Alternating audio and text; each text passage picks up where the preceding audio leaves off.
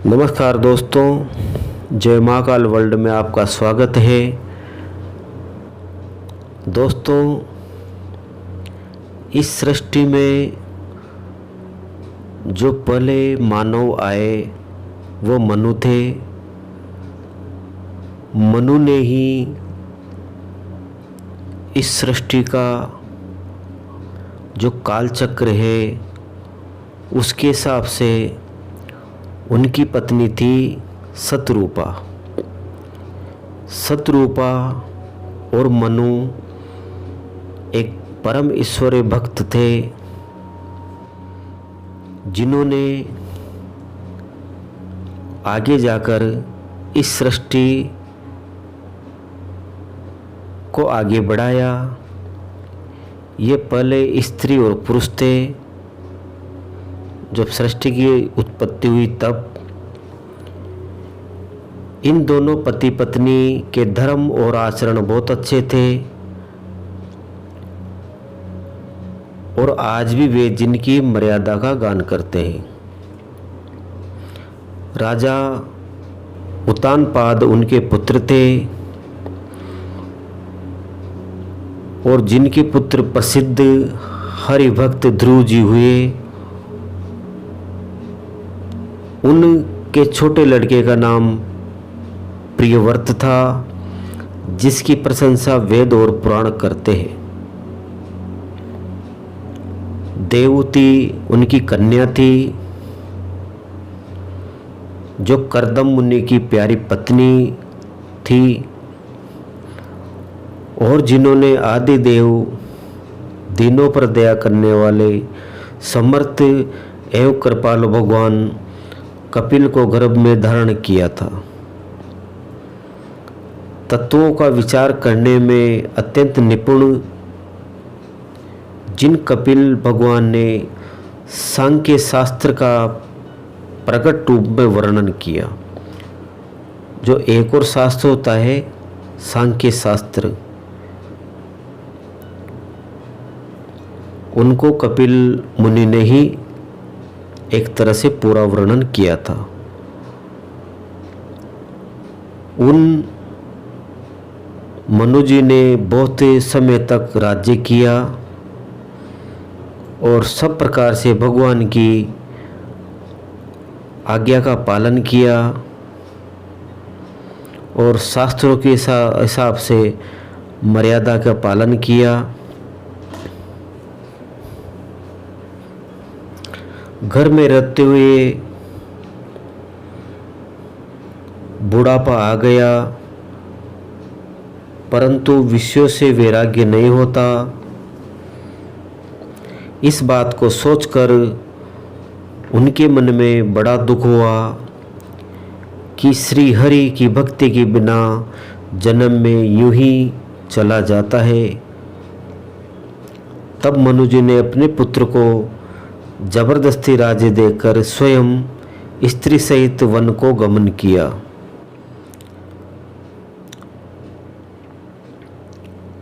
मतलब वो तपस्या के लिए वन की ओर जाते हैं, मनु जी और उनकी पत्नी सतरूपा। अत्यंत पवित्र साधकों को सिद्धि देने वाली तीर्थों में श्रेष्ठ नैमिषारण्य प्रसिद्ध है। नैमिषारण्य में सारे साधक ऋषि मुनि और तपधारी के लिए वो भूमि एक तरह से पावन भूमि है। वहाँ मुनियों और सिद्धियों के बहुत सारे समूह रहते हैं। राजा मनु के हृदय में ये बात आई, इसीलिए वो नैमिषारण्य की ओर गए। वहाँ एक तरह से सेवा के लिए वो गए थे। वे धीर बुद्धि वाले राजा रानी मार्ग में जाते हुए ऐसे सुशोभित होते हैं मानो और ज्ञान और भक्ति ही शरीर धारण किए जा रही हो। पति पत्नी को इस जगह ज्ञान और भक्ति का भी शरीर धारण करने वाली बताया गया है। मतलब मनोज्ञानी थे और उनकी पत्नी थी, एक पतिव्रता स्त्री थी शत्रुपा, इसलिए उनकी वो भगत थी, इसलिए भक्ति का शरीर में धारण किए बताए गए हैं। वो जब चलते हुए जाते हैं तो गोमती के किनारे जा पहुँचते हैं। हर्षित होकर उन्होंने निर्मल जल में स्नान किया। गोमती नदी को देखकर वो बहुत खुश होते हैं और वहाँ पर वो कुछ टाइम के लिए ठहरे और वहाँ पर उन्होंने स्नान किया। उनको धर्म धुरंधर राजर्षि जानकर सिद्ध और ज्ञानी मुनि उनसे मिलने आए। जहाँ जहाँ सुंदर तीर्थ थे, मुनियों ने आदर पूर्वक सभी तीर्थ को उनको दर्शन करा दिया। उनका शरीर दुर्बल हो गया था। वो मुनियों के से वस्त्र धारण करते थे और संतों के समाज में नित्य पुराण करते थे, मतलब ज्ञान की बातें। जो 4 वेद और 18 पुराण होते हैं तो वो एक तरह से सत्संग करते थे, उनको सुनते थे। और 12 अक्षर मंत्र ओम नमो भगवते वासुदेवाय का प्रेम सहित जप करते थे। भगवान वासुदेव के चरण कमलों में उन राजा रानी का बहुत ही मन लग गया। वे साग फल और कंद का आहार करते थे और सच्चिदानंद ब्रह्म का स्मरण करते थे। फिर वे श्री हरि के लिए तप करने लगे और मूल फल को त्याग कर केवल जल के आधार पर ही रहने लगे। जो कंदमूल वगैरह भी खाते थे पहले, उन्होंने भी उनको त्याग दिया और केवल जल के आधार पर ही वह तप करने लगे। क्योंकि तप करने के लिए शरीर का बैलेंस बनाना पड़ता है, तो उस तरह का वो त्याग एक एक करके वो करने लगे थे। हृदय में निरंतर यही अभिलाषा हुआ करती थी कि हम कैसे उन परम प्रभु को आंखों से देखें जो निर्गुण अखंड और अनंत अनादि है। ब्रह्मज्ञानी तत्ववेता लोग जिनका चिंतन किया करते हैं, जिन्हें वेद नेति नेति यह भी नहीं कहकर निरूपण करते हैं, उन आनंद स्वरूप उपाधि रहित और अनुपम जिनके हंस से अनेकों शिव ब्रह्मा और विष्णु प्रकट होते हैं, ऐसे महान प्रभु भी सेवक के वश में है और भक्तों के लिए दिव्य लीलाएं करते हैं। यदि वेदों में यह सत्य वचन कहा गया है तो हमारी अभिलाषा भी अवश्य पूरी होगी। इस तरह दोनों को एक दूसरे के मन में विश्वास था कि ईश्वर वो परम शक्ति हमें जरूर दर्शन देगी और उनका विश्वास अटल था। इस प्रकार जल का आहार करके तप करके उनको 6000 वर्ष बीत जाते हैं। फिर 7000 वर्ष में वह वायु के आधार पर रहे। 6000 वर्ष तक तो उन्होंने जल के आधार पर ही सेवा की तप किया और 7000 वर्ष वे वायु के आधार पर रहे, यानी हवा के आधार पे। और 10,000 वर्ष तक उन्होंने वायु का आधार भी छोड़ दिया और दोनों एक पैर से खड़े रहे। उनका अपार तप देखकर ब्रह्मा विष्णु और शिव जी कई बार मनु जी के पास आए। उन्होंने इन्हें अनेक प्रकार से ललचाया, और कहा कि कुछ वर मांगो। मतलब तप में कितनी शक्ति होती है कि ब्रह्मा विष्णु महेश भी जिनके पास आकर बोलते हैं, बोलो क्या वर मांगना चाहते हो। पर मनु जी को दृढ़ विश्वास था कि उस परम शक्ति को आना ही होगा, और वह तप के आधार पे, अपनी अटूट श्रद्धा के आधार पे और एक प्रेम के आधार पे उनको ये विश्वास था। विश्वास ही एक अटल चीज होती है दोस्तों। सतयुग हो, त्रेता हो, द्वापर हो या कलयुग हो, विश्वास सबसे इम्पोर्टेंट चीज होती है। तो इसमें एक चौपाई है,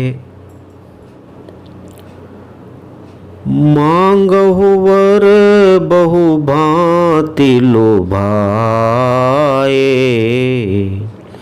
परम धीर नहीं चलहि चलाए, अस्ति मात्र होई रहे शरीरा, जदपि मनागमन ही नहीं पीरा।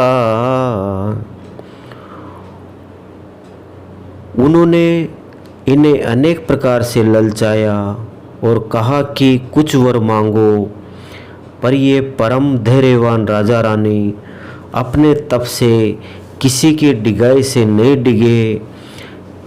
यद्यपि उनका शरीर हड्डियों का ढांचा मात्र रह गया था, फिर भी उनके मन में जरा भी पीड़ा नहीं थी। उनको विश्वास था कि वो परम शक्ति दर्शन जरूर देगी। विश्वास से हमेशा दुनिया में जीतता है। सर्वज्ञ प्रभु ने अनन्य गति आश्रय वाले तपस्वी राजा रानी को निज दास जाना। तब परम गंभीर कृपा रूपी अमृत से सनी हुई ये आकाशवाणी हुई कि वर मांगो। जैसे किसी बालक का रिजल्ट आने वाला हो और उसके सामने ईश्वर जाए और कह दे कि वर मांगो, तो एक कल्पना होती है। इसी तरह जब उनकी तपस्या का फल उनको मिलने वाला था तो वो कितने हर्षित होंगे। मुर्दे को भी जिला देने वाली ये सुंदर वाणी जब उनके कानों में पड़ती है और कानों में पड़ के जब वही वाणी हृदय तक आती है, तब राजा रानी के शरीर से ऐसे सुंदर और हष्ट पुष्ट हो गए मानो अभी घर से ही आए हो। जब आकाशवाणी हुई और वर मांगने के लिए जब उनसे कहा गया राजा मनु और शत्रुपा को, तो कानों में होकर जब उनके हृदय में वो वाणी जाती है, उस वाणी का तेजस देखो, प्रभाव देखो, उसका अमृत में प्रभाव देखो कि उस वाणी को पढ़ते ही वह जो मनु और उनकी धर्म पत्नी थी शत्रुपा, वह एक तरह से हष्ट पुष्ट वापिस हो जाते हैं। जो हड्डियों का ढांचा मात्र रह गया था वो हष्ट पुष्ट होकर और ऐसे लग रहे थे मानो अभी घर से आए हों। कानों के अमृत के समान लगने वाले वचन सुनते ही उनका शरीर पुलकित और प्रफुल्लित हो गया। तब मनु जी दंडवत करके बोले, प्रेम हृदय में समाता न था। वो इतने खुश थे कि उनका जो प्रेम उमड़ रहा था, स्वयं से वो रोमांचित हो रहे थे कि अहोभाग्य कि एक ऐसी आकाशवाणी हुई है उस परम शक्ति की। तो इतने खुश थे, इतने रोमांचित थे कि उनका जो खुशी है उसका कोई ठिकाना नहीं था उस टाइम पे। सुनु सेवक सुरतर सुरधेनु, विधि हरिहर बंदित पद रेनु, सेवत सुलभ सकल सुखदायक, प्रणत पाल सचराचर नायक। हे प्रभु सुनिए, आप सेवकों के लिए कल्प रस के और कामधेनु हैं। आपकी चरण रज की ब्रह्मा विष्णु और शिव जी भी वंदना करते हैं। आप सेवा करने में सुलभ है तथा सब सुखों को देने वाले हैं। आप शरणागत के रक्षक और जड़ चेतन के स्वामी हैं। मनु जी बोलते हैं कि हे ईश्वर, आपकी शरण में जो भी आता है उसके आप हमेशा रक्षा करने वाले हो। वह जड़ हो या चेतन हो, जो भी आपके शरण में आता है वही चिंता से मुक्त हो जाता है और आपकी शरण में आए हुए व्यक्ति को चिंता भय नहीं सताते, माया नहीं सताती और आपके उसके हमेशा के लिए रक्षा करने वाले होते हो।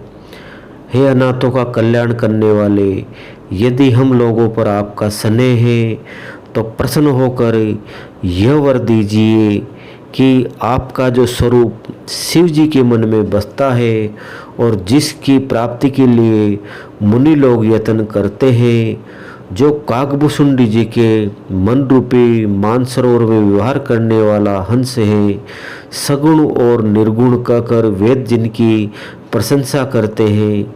हे शरणागतों के दुख मिटाने वाले प्रभु, ऐसी कृपा कीजिए कि हम उसी रूप को नेत्र में भर कर देखें। उस परम शक्ति से मनु जी इस तरह का वर मांगते हैं। राजा रानी के कोमल विनय युक्त और प्रेम रस में पगे हुए वचन भगवान को बहुत ही प्रिय लगते हैं। भक्त वत्सल, कृपा निधान, संपूर्ण विश्व के निवास स्थान या समस्त विश्व में व्यापक सर्वसमर्थ भगवान प्रकट हो जाते हैं। भगवान के नीले कमल, नीलमणि और नीले जल युक्त मेघ के समान कोमल प्रकाश में और सरस श्याम वर्ण जिनमें शरीर की शोभा देखकर करोड़ों कामदेव भी लजा जाते हैं। उस परम शक्ति की सुंदरता का वर्णन बहुत अलौकिक है, क्योंकि संसार में ही बहुत सारे सुंदर रहते हैं, तो संसार को बनाने वाला जो ईश्वर है वह कितना सुंदर होगा, इसकी कल्पना भी अपन कर नहीं सकते। उनका मुख शरद पूर्णिमा के चंद्रमा के समान था। जैसे शरद पूर्णिमा होती है तो चांद कितना अच्छा लगता है उस टाइम पे, तो ऐसे तो उस ईश्वर का, उस परमेश्वर का मुख था। गाल और नाक बहुत ही सुंदर थे। गला जो शंख होता है उनके समान उनका गला था। त्रिरेखा युक्त चढ़ाव उतार वाला था। लाल होठ, दांत और नाक अत्यंत सुंदर थे उस परमेश्वर के। और जब वो हंसते थे तो चंद्रमा की किरणें भी नीचे देखने वाली थी। जो चांदनी की, जो चंद्रमा की किरणें होती हैं, उनकी हंसी के सामने वो भी कमज़ोर थी।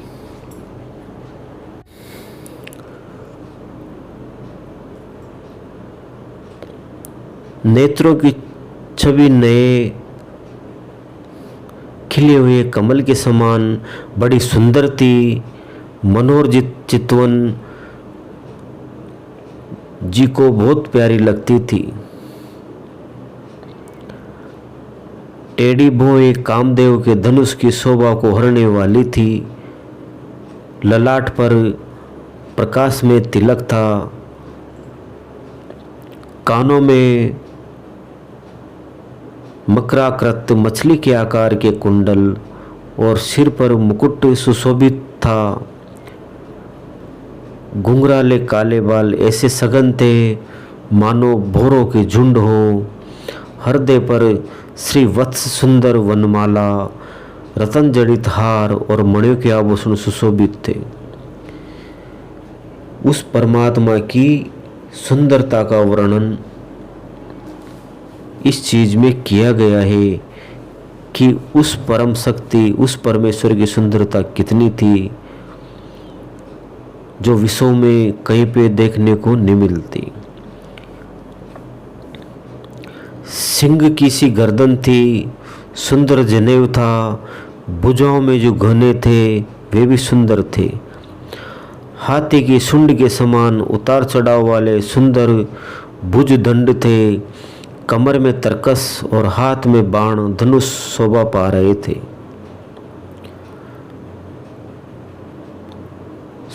स्वर्ण वर्ण का प्रकाश में पीतांबर बिजली को लजाने वाला था। पेट पर सुंदर 3 रेखाएं त्रिवली थी। नाभि ऐसी मनोहर थी मानो यमुना जी के भंवरों की छवि को छीने लेती हो। जिनमें मुनियों के मन रूपी भौरे बसते हैं, भगवान के उन चरण कमलों का तो वर्णन ही नहीं किया जा सकता। भगवान के बाएं भाग में सदा अनुकूल रहने वाली शोभा की राशि जगत की मूल कारण रूपा आदि शक्ति जानकी जी सुशोभित है।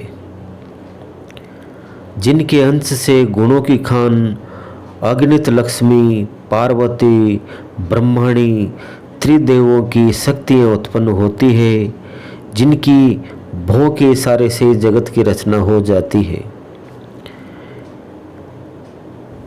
उस परमात्मा की कितनी बड़ी शक्ति मानी गई है। भगवान की स्वरूपा शक्ति श्री सीता जी की, श्री रामचंद्र जी के बाईं ओर स्थित है। शोभा के समुद्र श्री हरि को रूप को देखकर मनु शत्रुपा नेत्रों के पट पल के रोके हुए एकटक स्तब्ध रह गए। जो शत्रुपा और मनुजी थे उनको भी एकटक दृष्टि से उस परम शक्ति के दर्शन वो कर रहे थे, साक्षात दर्शन। क्योंकि उन्होंने कितना कठोर तप किया था जो आज भी उनका नाम अमर है। उस अनुपम रूप को भी वे आदर सहित देख रहे थे और देखते देखते थके नहीं थे। एक भक्त और भगवान की कितनी श्रद्धा थी। आनंद के अधिक वश में हो जाने के कारण उन्हें अपने देह की सुध भी भूल गई। वे हाथों से भगवान के चरण पकड़कर दंड को भगवान के चरण पकड़कर दंड की तरह सीधे भूमि पर गिर पड़े। कृपा की राशि प्रभु ने अपने चरण कमलों से उनको मस्तक को स्पर्श किया और उन्हें तुरंत ही उठा लिया। क्योंकि भगवान कभी किसी को गिरने नहीं देता, वो केवल श्रद्धा ही भक्त की मांगता है। फिर कृपा निधान भगवान बोले, मुझे अत्यंत प्रसन्न जानकर और बड़ा भारी दानी मानकर जो मन को भाए वही वर मांग लो। भगवान के वचन सुनकर दोनों हाथ जोड़कर और धीरज धरकर राजा ने कोमल वाणी कही, हे नाथ, आपके चरण कमलों को देखकर अब हमारी सारी मन की कामनाएं पूरी हो गई, फिर भी मन में एक बड़ी लालसा है, उसका पूरा होना सहज भी है और अत्यंत कठिन भी, इसी से उसे कहते नहीं बनता। हे स्वामी, आपके लिए तो उसका पूरा करना बहुत सहज है, पर मुझे अपनी दीनता के कारण वो अत्यंत कठिन मालूम होता है।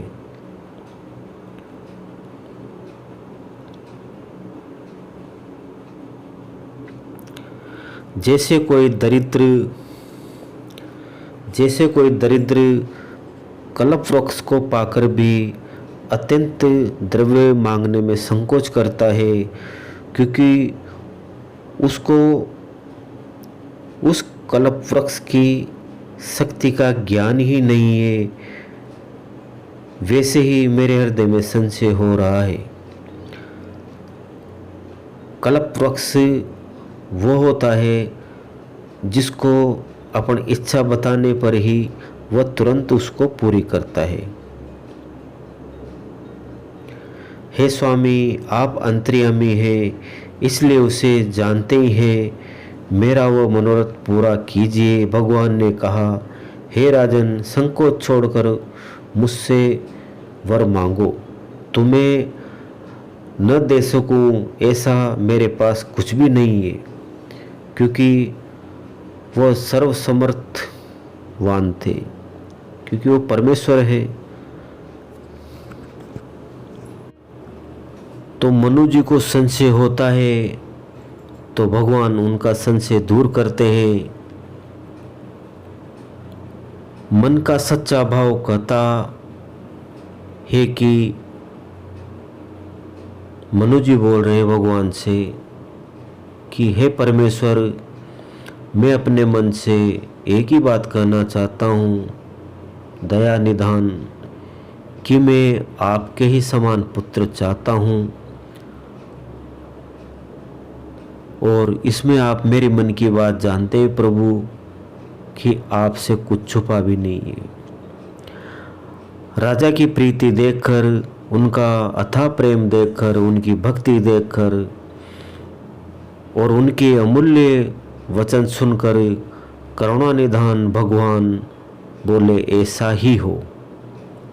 हे राजन, मैं अपने समान दूसरा कहाँ से जाकर खोजूं, अतः स्वयं ही आकर तुम्हारा पुत्र बनूंगा। इस तरह से जब उस परमेश्वर को मनु जी ने स्वयं पुत्र के रूप में उन्होंने कल्पना की और उनको साकार किया, और परमेश्वर ने भी आज उनका मान, भक्ति का मान रखते हुए, शत्रुरूपा जी का मान रखते हुए पुत्र बनने के लिए भी उन्होंने वरदान दे दिया है। शत्रुरूपा जी को भी हाथ जोड़कर देखकर भगवान ने कहा, हे देवी, तुम्हारी जो इच्छा हो सो वह वर मांग लो। शत्रुरूपा जी ने कहा, हे नाथ, चतुर राजा ने जो वर मांगा है, हे कृपालु, वह मुझे बहुत ही प्रिय लगा। परंतु हे प्रभु, यद्यपि हे भक्तों के हित करने वाले, आप ब्रह्मा आदि के भी पिता, उत्पन्न करने वाले, जगत के स्वामी, सबके हृदय के भीतर की जानने वाले हैं।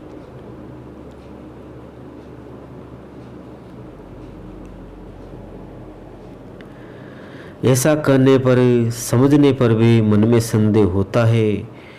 फिर भी प्रभु ने जो कहा वही प्रमाण सत्य है।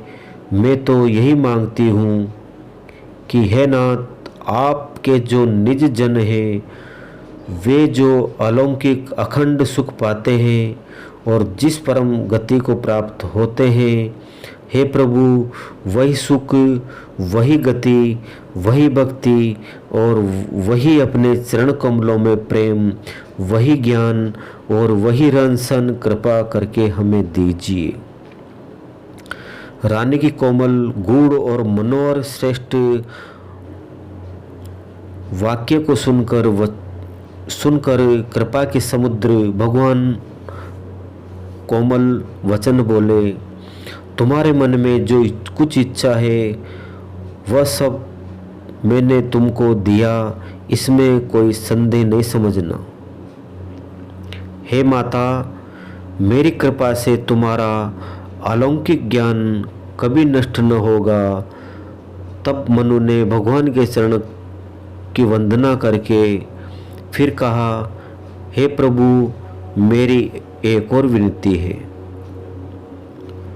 आपके चरणों में मेरी वैसी प्रीति हो जैसे पुत्र के लिए पिता की होती है।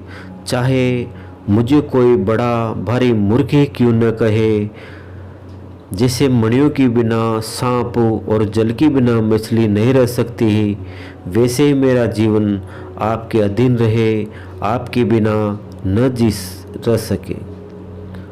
ऐसा वर मांगकर राजा भगवान के चरण कमर पकड़ लेते हैं।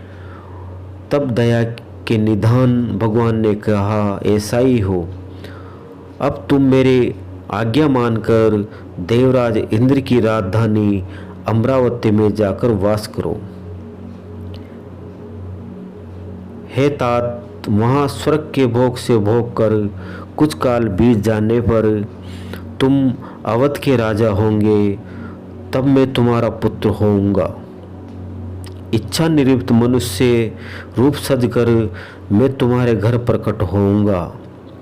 हे तात, मैं अपने हंसों सहित देह धारण करके भक्तों को सुख देने वाले चरित्र करूंगा। जिन चरित्रों को बड़े भाग्यशाली मनुष्य आदर सहित सुनकर ममता और मद त्याग कर भवसागर से तर जाएंगे। आदि शक्ति यह मेरी स्वरूप भूता माया भी है, जिसने जगत के को उत्पन्न किया है, यह भी अवतार लेगी। इसी प्रकार मैं तुम्हारी अभिलाषा पूरी करूँगा। मेरा प्रण सत्य है, सत्य है, सत्य है। कृपा निदान भगवान बार बार ऐसा कहकर अंतर्ध्यान हो जाते हैं।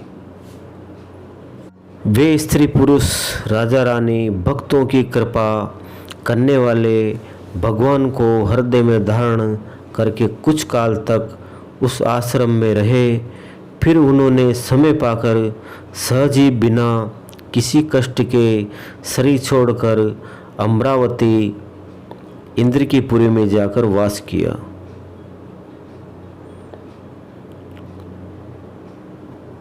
तो इस तरह दोस्तों हमने देखा कि कैसे उन्होंने एक भक्ति के द्वारा उस परम शक्ति, उस परमेश्वर को कैसे प्राप्त किया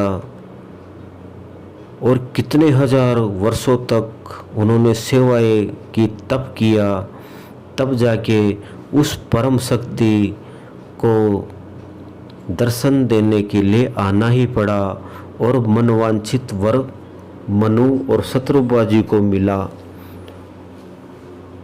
और आज के टाइम पे हमें समय कहाँ है, दौड़ भाग करते हैं। बाकी ईश्वर को सेवा में कम से कम आधा घंटा या 1 घंटा तो अपन दे ही सकते हैं।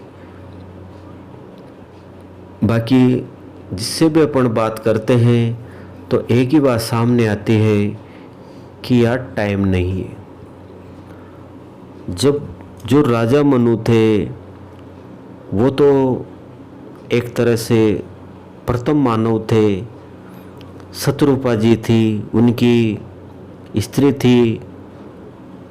जब वो उनके ऊपर कितना भार रहा होगा, फिर भी उन्होंने मोह माया छोड़कर अपने पुत्र को जबरदस्ती राजगद्दी पे बिठाकर और उन्होंने एक ही ख्याल किया कि ये तो माया रूपी जंजाल है, सच्चा तो उस परमेश्वर का ही दरबार है, उस परम शक्ति, उस परम दिव्य तत्व को पाया जाए जिससे हमेशा के लिए नाम अमर हो।